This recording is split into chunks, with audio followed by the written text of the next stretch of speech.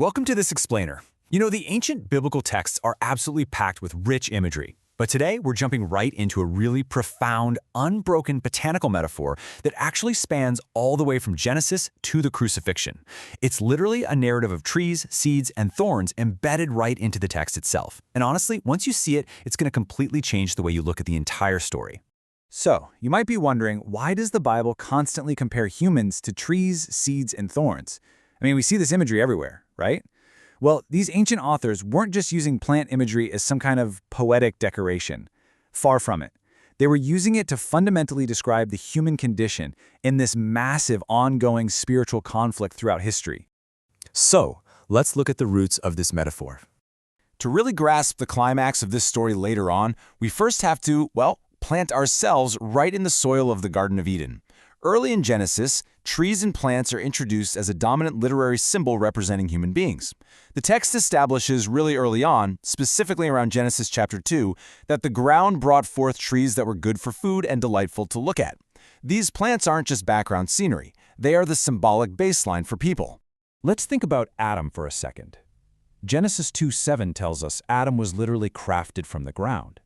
So, by logical implication in this literary framework, if the ground brings forth trees, Adam, being made of that very same soil, is meant to bring forth new trees.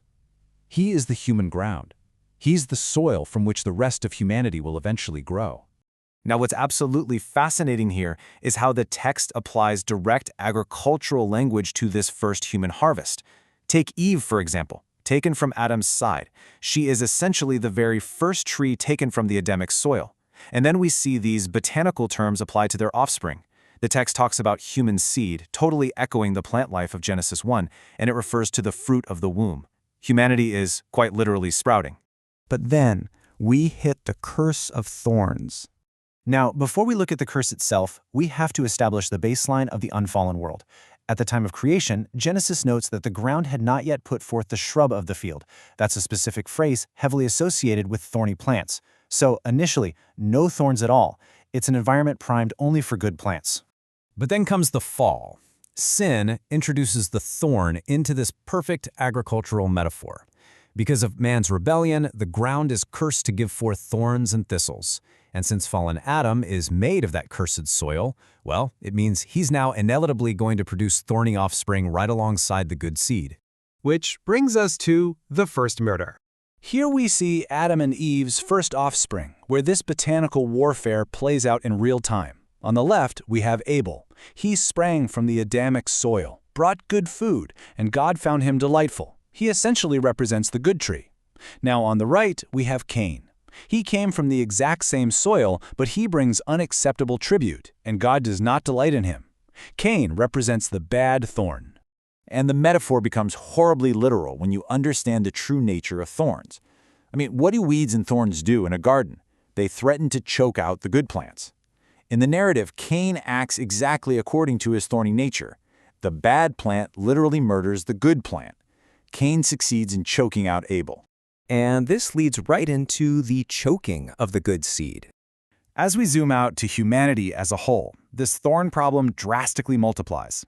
The text suggests a really tragic dynamic here.